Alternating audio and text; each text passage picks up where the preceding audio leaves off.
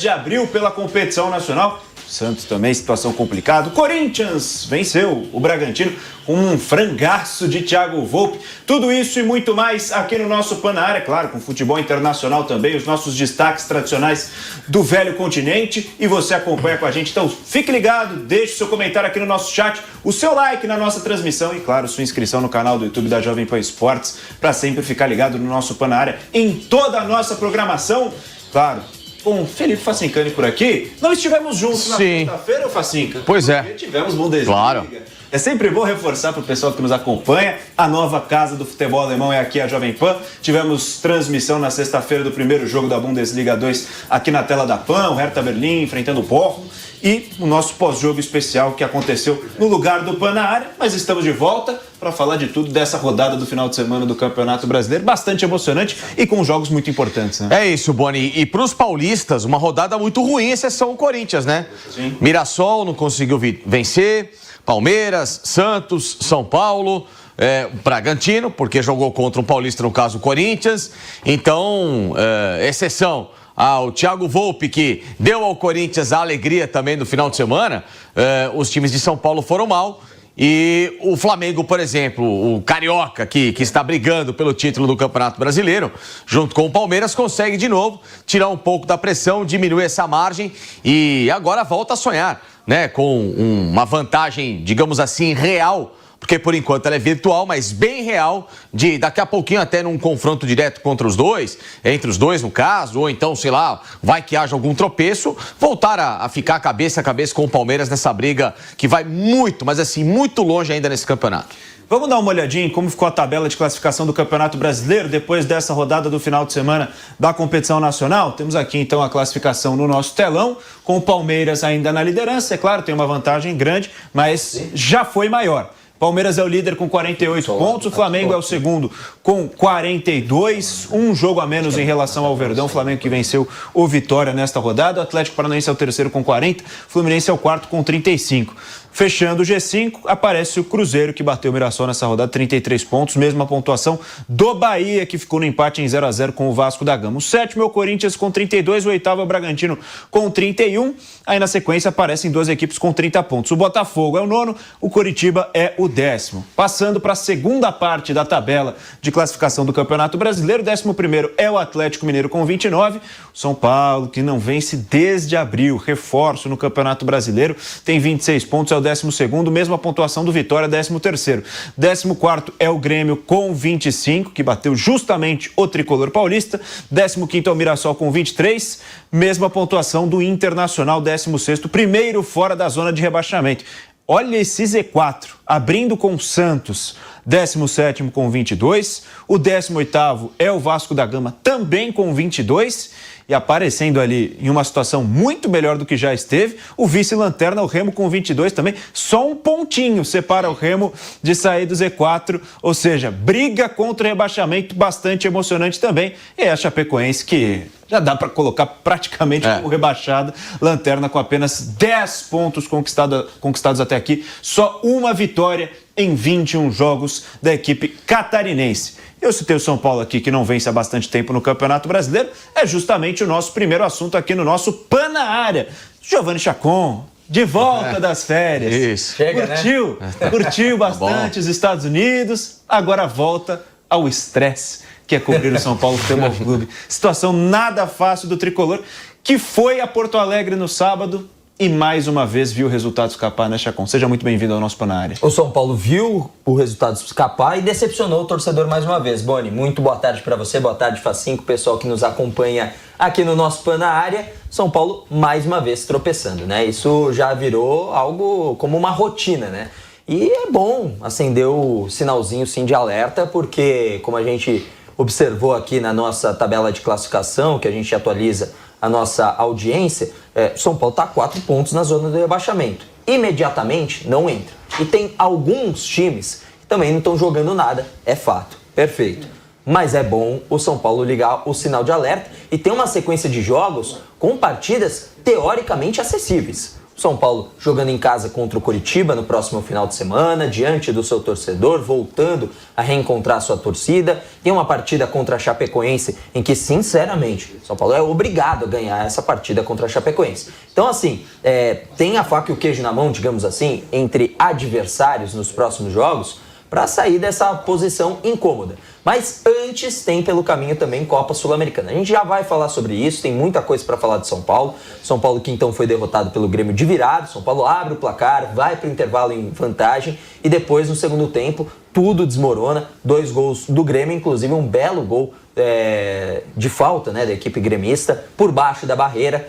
Sabe, toda vez a galera coloca alguém ali deitado atrás da barreira. Quando não coloca, sai o gol. Então, coisas que só acontecem com o São Paulo, mas que o torcedor já está cansado, né? Cansado de desculpas, cansado de justificativas, podemos dizer assim.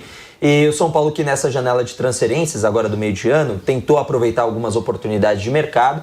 Uma delas, Boni, foi o Iago Borducci, que é lateral esquerdo, está chegando aí no São Paulo, foi apresentado hoje. A gente vai falar sobre ele, porque ele também respondeu algumas perguntas, né, dos jornalistas hoje na apresentação, coletiva de apresentação, vestirá a camisa de número 12 da equipe do São Paulo e chega como reforço para a lateral esquerda, que continua sendo questionado. Enzo Dias está num momento instável, né, em questão de querer ficar no São Paulo, contrato e tudo mais. O Alan Franco na zaga já foi embora. O Wendel nunca conseguiu suprir as expectativas. O Nicolas agora teve um problema com um acidente, né? Ele acabou atropelando e matando um senhor que também estava atravessando fora da faixa. Enfim, muitas investigações aqui. Também não sou juiz de nada. Mas também é um jogador que não é consolidado como titular. Mas o Iago Borducci, ele foi apresentado hoje e a gente tem uma palavrinha dele, viu, Vitor Boni? Vamos acompanhar então um pouquinho do que disse o novo lateral esquerdo da equipe do São Paulo.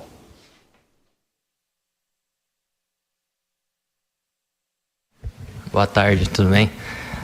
Sobre a minha lesão, acho que eu sofri um pouquinho, mas procurei uma solução para não ter mais lesões, procurei também, junto com os profissionais do São Paulo quando eu cheguei, para me adaptar o mais rápido possível, estar bem, como eu cheguei muito bem aqui no São Paulo, fiz os testes todos, tudo muito bem.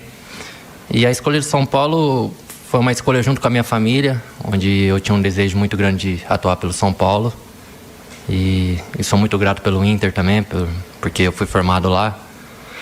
E a escolha foi essa por causa da minha família e hoje estou muito feliz aqui e espero fazer o meu melhor e honrar essa camisa.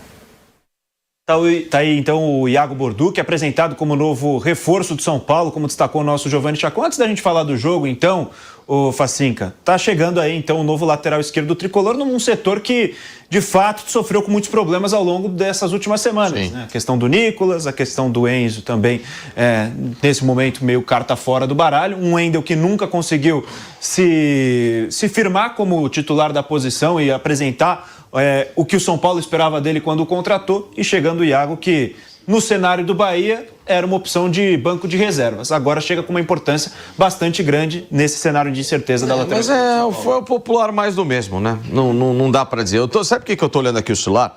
E peço até desculpas para quem acha que eu tô sendo mal educado. Pelo contrário, eu tô indignado com o retrospecto do São Paulo recentemente. Eu não me conformo aliás, a última vitória do São Paulo no Brasileiro não foi com o Mirassol, foi em abril, né? 25/4. Ou seja, 25/4, o São Paulo pode ficar sem vencer um paulista no Brasileiro até o dia 30 de agosto, quando ele vai voltar a pegar um paulista que vai ser o Bragantino. Então, são 4 meses sem vencer um time paulista. Até aí, tudo bem.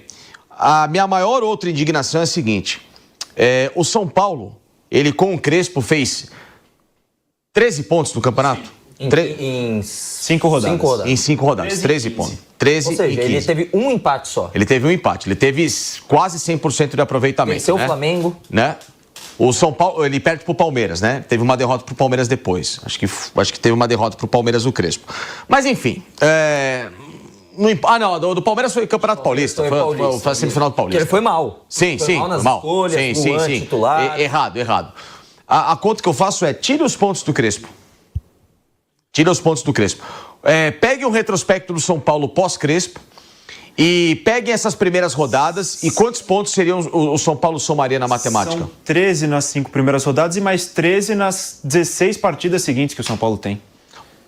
Pega o aproveitamento do São Paulo pós-Crespo e coloca na era Crespo quantos pontos que o São Paulo talvez faria.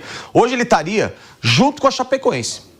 Estaria junto com a Chapecoense. O São Paulo tem, nos últimos 10 jogos, o segundo pior aproveitamento do campeonato. Só uma loucura. À frente apenas da Chapecoense.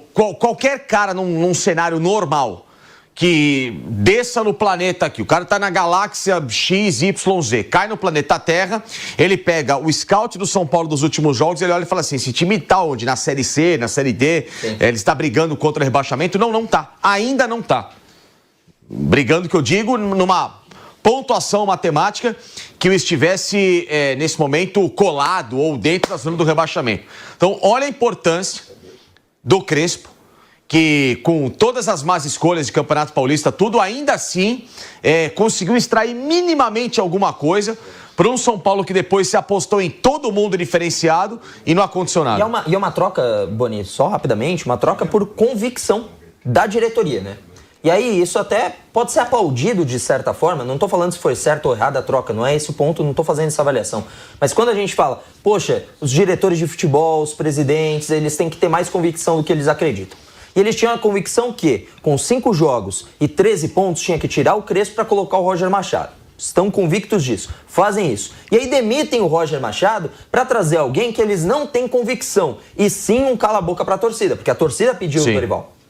E aqui mesmo, no nosso Pan na Área, eu falava, olha, antes da pausa para a Copa do Mundo, não tem como avaliar o trabalho do Dorival. Dorival caiu ali de paraquedas, tentou fazer alguma coisa ou outra. Também disse aqui que nunca achei um grande técnico. Um técnico ali que faz um arroz com feijão, de vez em quando sai um pouquinho da linha positivamente e conquista algum título ou outro, principalmente os de mata-mata. Beleza. Só que agora ele teve tempo. E o que ele apresentou nessas 3 rodadas de retorno de Campeonato Brasileiro? Nada. São Paulo não apresentou nada. Não dá pra falar que não teve tempo de trabalhar. Não. Teve tempo de sobra. E os novos jogadores que chegaram não foram apresentados. Não foram pra cá. Aliás, Chacon, quantos convocados o São Paulo teve pra Copa do Mundo? Só Damian Bobadilla. Apenas Damian Bobadilla. Entendeu? O seu time inteiro tava lá treinando. E o time, beleza. O Paraguai foi até as oitavas de final, mas caiu nas oitavas de final, já tava de volta. Participou desse jogo. Não, e outra, nossa, a ausência. Exato, a ausência do Bobadilla não vai fazer conseguir achar nenhuma opção. O grande cara do São Paulo hoje é o Marcos Antônio. Sim. Que muitas vezes é tirado de posição pelo Dorival, que foi um erro cometido pelo Roger Machado, que foi um erro cometido antes do Crespo, e o Crespo entendeu e modificou essa posição pelo Zubeldia. Então, sabe, talento desperdiçado? Sim. Muitas vezes. E o cara diferente é o Marcos Antônio nesse time. Vamos dar uma olhadinha nos números do técnico Dorival Júnior no comando de São Paulo. A gente vai colocar na tela. Melhor não. São chocantes, de fato. São chocantes, de fato. Olha, são 6 jogos no Campeonato Brasileiro. Dorival com o São Paulo no Campeonato Brasileiro. 6 jogos, nenhuma vitória, 2 empates, 4 derrotas, 11,1% de aproveitamento. 6 jogos, vou repetir, 6 jogos, nenhuma vitória até aqui. Esse aproveitamento do Ipatinga. 2 empates, 4 derrotas, 11,1% de aproveitamento. América de Natal. O Dorival Júnior, ele não vence... América de Natal 2007. Sim. O Dorival Júnior, ele não vence uma partida de Campeonato Brasileiro há 12 jogos, se eu não me engano. Que ele terminou a sua sequência no Corinthians também, numa sequência longa. Terminou muito mal. Muito mal. Eram 9 jogos no total sem vencer pelo Corinthians. E aí, somando tudo, o Dorival não vence uma partida de Brasileiro há 12 jogos. E a gente vai colocar também, para a gente terminar de comentar sobre esse assunto, o próprio Dorival justificando. Por que o São Paulo não consegue segurar seus resultados, não consegue pontuar, não consegue vencer? A gente tem uma declaração do técnico são paulino culpando especialmente a falta de eficiência do tricolor nas suas partidas para matar os jogos e conseguir sair com os resultados. Vamos ouvir o técnico do São Paulo, Dorival Júnior, falando depois dessa derrota para o Grêmio. É um fato que nós temos que entender, que é real e acaba acontecendo. Ele se retroalimenta realmente. Por quê? Porque eles buscam fazer tudo da maneira correta. Nós tivemos paciência, tivemos troca de passes, tivemos infiltrações, tivemos bolas atravessadas, tivemos grandes defesas do goleiro, nós tivemos oportunidades. E, de repente, não estamos sabendo aproveitar no momento oportuno. E isso tem nos tirado possibilidades reais de um resultado melhor. Jogo do Remo foi assim, jogo do Atlético do Paraná foi assim, a última partida contra o Flamengo já foi assim também. E agora, uma situação que se repete. Então, assim, eu estaria muito mais preocupado se nós não estivéssemos buscando, criando, gerando possibilidades de gols. Não é isso que